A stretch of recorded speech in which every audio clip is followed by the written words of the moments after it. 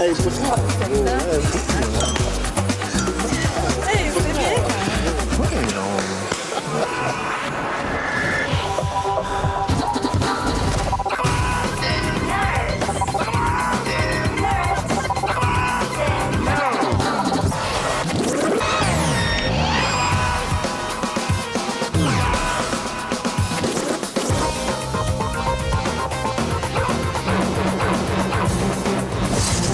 Version 7.24, notre 700e émission. Comment se transformer en nerds glamour? Le Hummer, un véhicule de nerds? Et un système de son pour nerds très, très riche.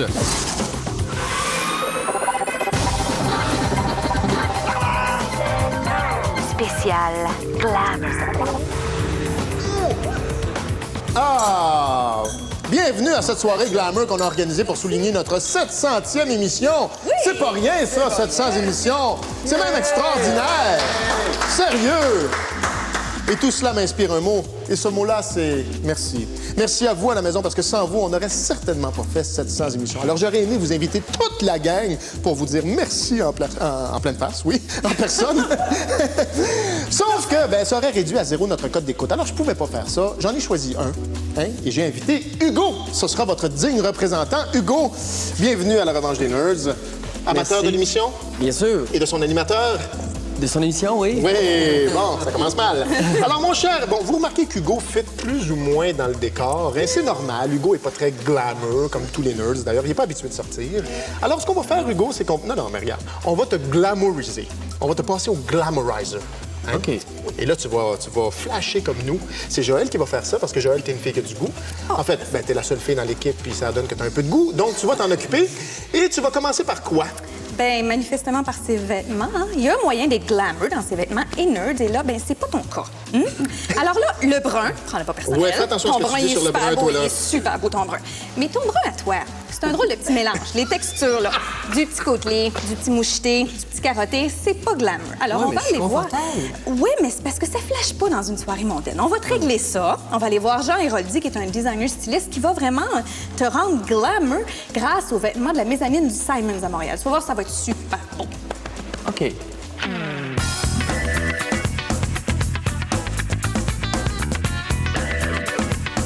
Bonjour, Jean Héroldi. Comment allez-vous? Ça va bien. Je te présente Hugo. Bonjour, Hugo. Hugo, c'est notre nerd national. Et là, il a un peu l'air d'un prof de sociologie de l'UQAM. Peux-tu nous le rendre glam? J'avais remarqué qu'il y avait un petit manque. C'est vrai que le brun est à la mode, tu as sûrement entendu ça, mais pas tout à fait comme ça. Pour commencer, va essayer ça. Il y a plein de vêtements qui t'attendent pour des essayages. Bonne chance.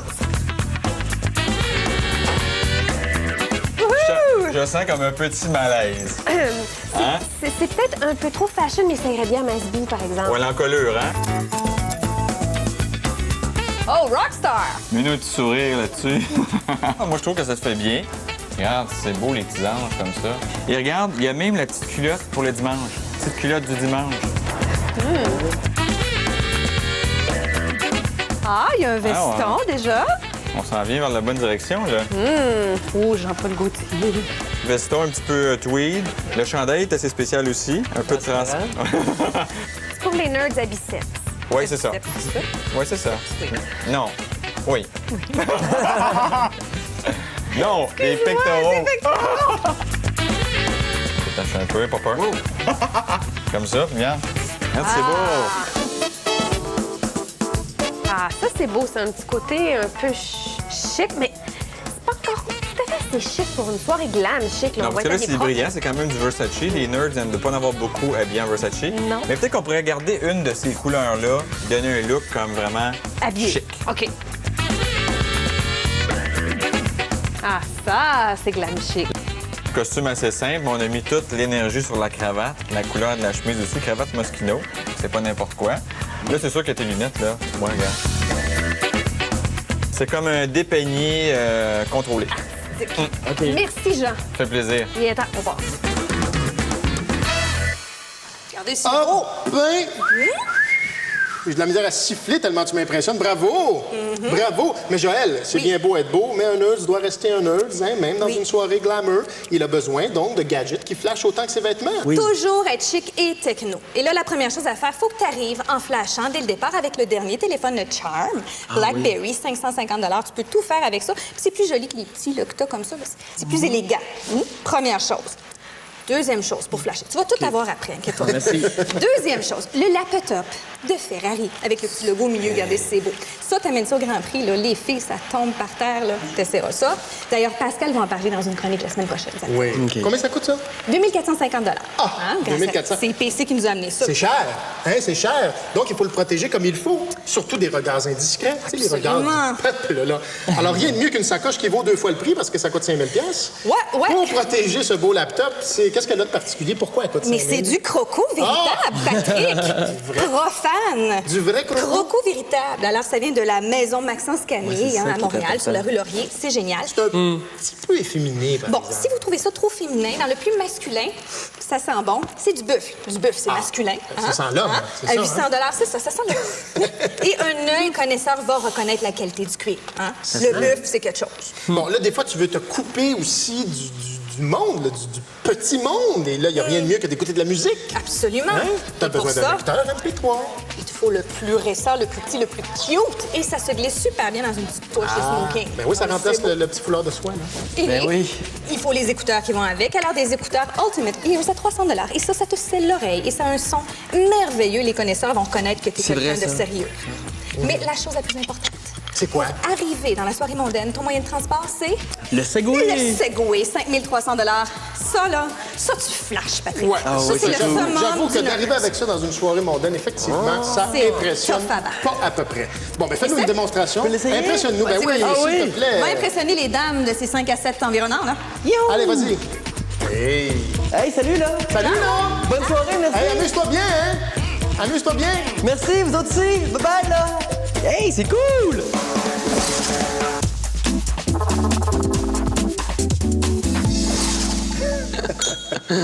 Bon, le Segway, c'est beau, je veux dire, c'est pratique. Ça va. Ça va si la soirée mondaine est en ville. Mais si la soirée mondaine est en région, là, tu sais, des fois où l'asphalte arrête, là, puis elle t'avertit même pas, tu sais. Elle pitche la garnotte d'en face, De même. là, d'un coup comme ça, là. Bon, mais ça prend quelque chose de plus robuste hein, et de plus viril, je dirais, parce que la femme des régions, en plus, est pas facile à impressionner. Oui, et Dieu sait que les nerds veulent impressionner les femmes de toutes Ouais. les régions. Ouais. C'est important. Ça nous prend l'affaire la plus grosse, Jean, le plus gros char, c'est Le plus quoi, là? viril, le think big, la plus grosse machine Ouais. qui est bourrée de technologie, Ouais. c'est ce que je suis allé voir, et c'est le Hummer. Le plus gros joujou techno 4x4 sur la route, c'est bien sûr le controversé Hummer. Surdimensionné, sous-utilisé, le roi de la surconsommation sur 4 roues est malheureusement un inutilitaire populaire. Encore plus gros qu'un gros char. Les gens choisissent le Hummer pour le look, la puissance, la robustesse, définitivement un feeling de conduite unique, puis les capacités hors route incroyables. Le Hummer est le véhicule techno des nerds pour 2 principales raisons. Parce qu'il est gros, puis il est techno. C'est gros, c'est techno, c'est nerd. Il y a un ordinateur de bord qui peut envoyer 28 messages au conducteur. Des messages qui sont plus précis que tout simplement une lumière qui s'allume et on ne sait pas c'est quoi.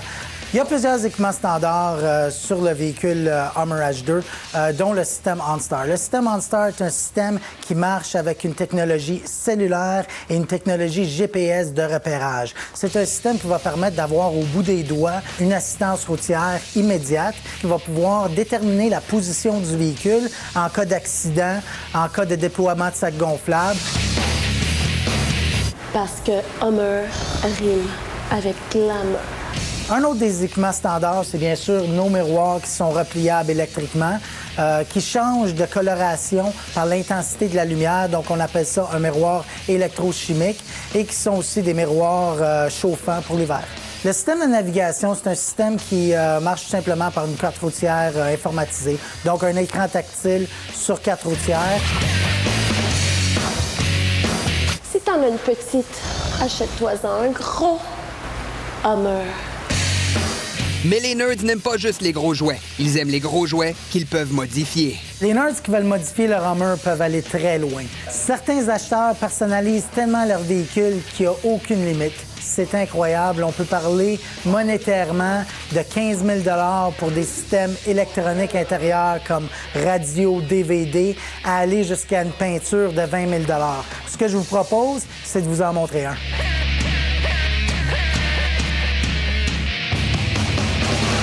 Le véhicule qu'on surnomme Star Wars est un véhicule dont plusieurs modifications ont été faites. Premièrement, on a installé 2 amplificateurs à l'arrière. On a 2 haut-parleurs de grave, très grave. On a un système DVD de 3 écrans, dont une qui est de 21 pouces. On a un système de discothèque arrière, des systèmes de caméra avec un écran installé à l'avant, système de navigation. Une peinture de Star Wars et 315 chevaux sous le capot, de quoi satisfaire la brute motorisée qui sommeille dans tous les nerds. Parce que dans Hummer, il y a homme et meur.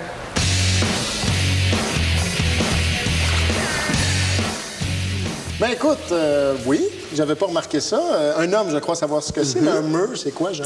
Un meur, je l'ai jamais su vraiment. Ah non? Non, c'est une syllabe, mais à part de ça, je peux pas t'en dire plus. Alors évidemment, pour impressionner, ça impressionne. Ça impressionne tout sur son passage, à commencer par l'environnement qui en prend plein la gueule, qui en prend pour son rhume. D'ailleurs, ça donne le rhume à l'environnement tellement ça pollue. C'est très vrai, ça, Patrick. C'est le king du lien, Jean. On le voit pourquoi. On voit pourquoi. Alors donc, c'est un inutilitaire, c'est ça? Exactement, parce que, comme tu dis, là, ça impressionne, c'est du tape à l'œil et c'est tout ce que c'est. Parce que les propriétaires des Hummer, comme la plupart des utilitaires sport, vont pas vraiment utiliser les capacités d'hors-route du véhicule.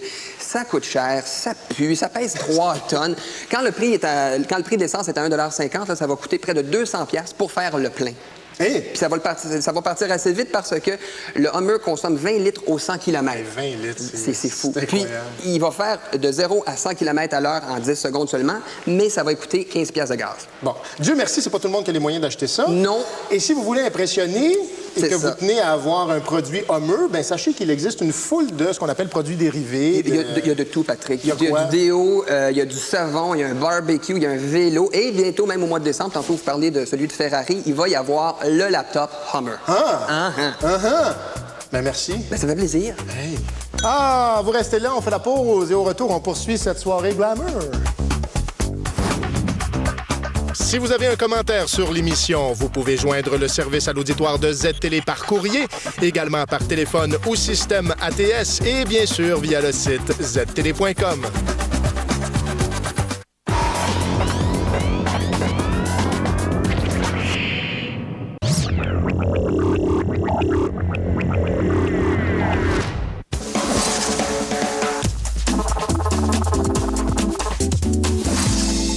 On poursuit la 700e émission de La Revanche des Nerds, notre spécial Glamour. Et quoi de mieux pour terminer une soirée Glamour que de ramener à la maison une jeune fille ou un jeune homme et de l'impressionner avec notre gros système de son. Oh oui, si tu veux écouter libre de droit en arrivant chez toi pour impressionner les filles, tu veux l'écouter avec toutes les notes, toutes les fréquences, avec le maximum de qualité. Voici Monsieur le connaisseur. Monsieur le connaisseur est beau. Monsieur le connaisseur est riche. Monsieur le connaisseur est glamour. Monsieur le connaisseur n'est pas commun. Monsieur le connaisseur est unique. Monsieur le connaisseur n'aime pas ce qui est banal. Monsieur le connaisseur est un mélomane exceptionnel. Ses oreilles ne tolèrent que la perfection. Et encore faut-il qu'elle soit belle, qu'elle coûte cher et qu'elle soit glamour. Si l'argent n'a pas d'odeur, pour 70 000 $, un système Macintosh permet néanmoins d'en apprécier le son. La compagnie Macintosh, rien à voir avec Apple, a été fondée en 1949.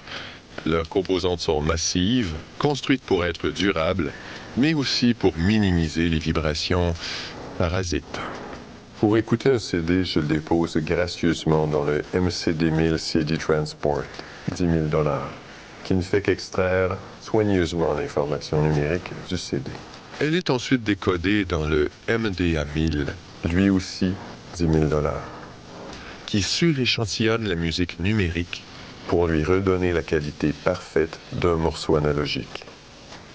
L'information est ensuite transférée au préampli 6 370.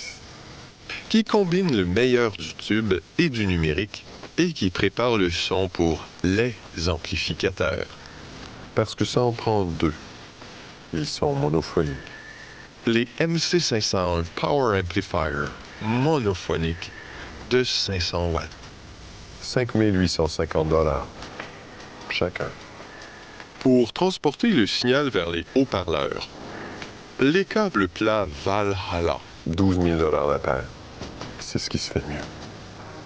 Pour restituer le son, les haut-parleurs BW802. 18 000 $ pour la paire. Chaque haut-parleur est dans un boîtier dont la forme et les matériaux sont optimaux. Le boîtier pour les graves est fait de 23 couches de bois pressé du Danemark. Fibre de Kevlar pour les moyennes fréquences. Et pour les hautes fréquences, boîtier en forme de coquillage pour absorber les vibrations parasites et cône recouvert de diamants synthétiques. Pour l'alimentation, rien d'autre que les fils Nordost faits de cuivre plaqué argent à 450 $ ne saurait suffire.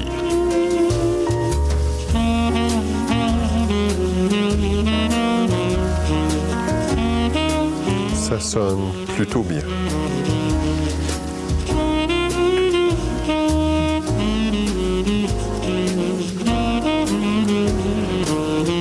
Vous m'en mettrez deux.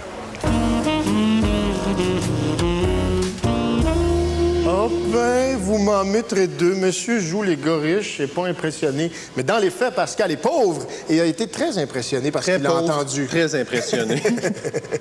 Écoute, c'est que tu mets le volume au maximum, c'est 500 watts par canal. Tout ce que tu entends, c'est un souffle dans les haut-parleurs. T'entends pas le chut habituel. Écoute, t'entends juste un à peine et c'est 500 watts au bout, au maximum. Les silences sont vraiment silencieux.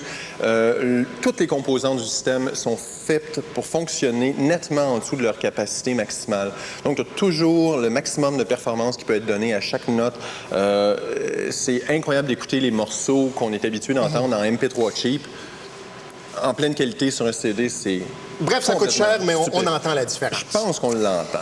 Vous le savez, c'est pas parce que ça fait 700 émissions qu'on fait là, qu'on va s'arrêter là. Non. On a encore des nouveautés pour vous à vous présenter. Voici une nouvelle série de capsules. Vous le savez, la carrière là, d'un gadget ou d'une nouvelle technologie, c'est un peu comme celle d'un chanteur pop ou d'un groupe rock. Hein? Il y a toujours, au début, ça pogne pas, là, mais à un moment donné, il y a une ascension fulgurante. Et après ça, une fin tragique. Alors, ce sont ces histoires d'ascension fulgurante et de fin tragique qu'on vous raconte dans Technographie.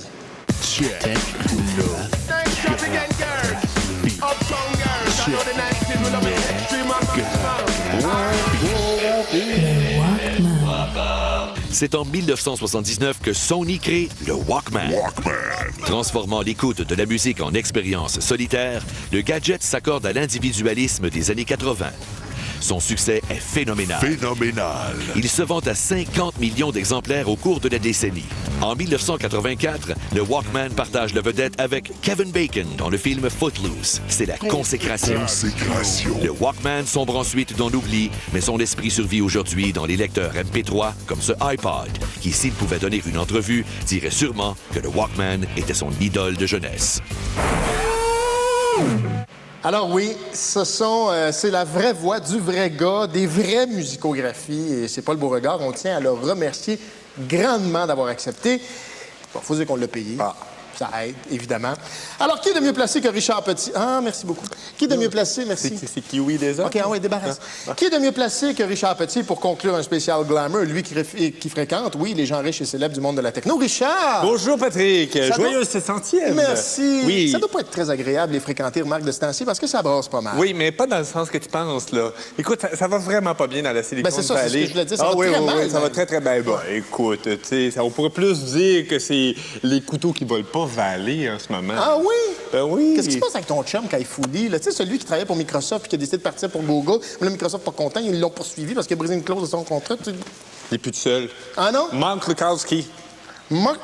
Un autre employé de Microsoft qui a switché de l'autre bord. Mais là, Steve Ballmer est en train de virer complètement fou en plein 5 à 7 la semaine passée.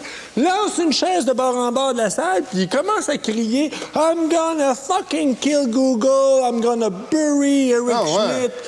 Il est complètement fou. Eric Schmidt n'était même pas là, il a eu l'air d'un fou complètement.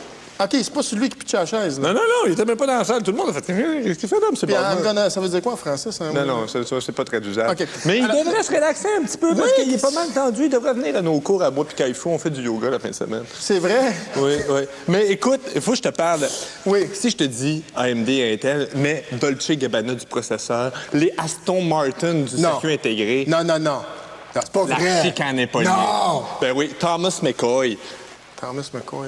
Le conseiller juridique de AMD lui a fait une poursuite sur Intel parce que Intel, ils disent qu'il y a poursuite à cause qu'il fait de la compétition illégale. La concurrence déloyale? Ouais, écoute, c'est quoi son problème, lui? Ben oui. Il faut qu'il apprenne à relaxer. Il est amoureux, je l'ai dit au casino la semaine passée. J'ai une blonde de partie, c'est 10 chums de revenus. Oui, effectivement.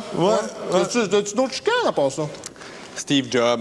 Tout va bien pour lui. Il vient de lancer iPod Nano. Ouais. Puis on t'apparaît la semaine passée en conférence. J'ai dit en plein milieu d'une conférence, les multinationales, ils veulent augmenter le prix parce qu'ils sont avides. Mais il dit, moi, je suis pas un gars avide et je remonterai pas le prix des chansons sur iTunes. OK, lui, il va garder ça à 99 cents, même si le prix monte. Monsieur est pas avide. Hein. La résidence à Alto Pisto, puis les 4-5 jets, puis donc, regarde, ça n'a pas de bon sens. T'es un gars vraiment avide. Ça doit te donner le goût de changer de milieu quand c'est le même. Il n'y a pas un petit rayon de soleil, là? Moi, ça fait ma journée. J'étais à New York, je marchais sur Broadway la semaine passée. T'étais à Paris ou à New York? Moi, j'étais partout. Moi, j'étais en transit. OK. Puis, je marchais sur Broadway, j'étais en train de lire le New York Review of Book. Et je vois-tu pas une annonce? Un musical software satire qui attire mon attention. C'est quoi ça? Ils ont fait une comédie musicale sur Apple, Microsoft et leur début. Non. Ben oui, ça a l'air que ça marche complètement. Regarde, on voit des photos des acteurs qui jouent Bill Gates puis Steve Jobs.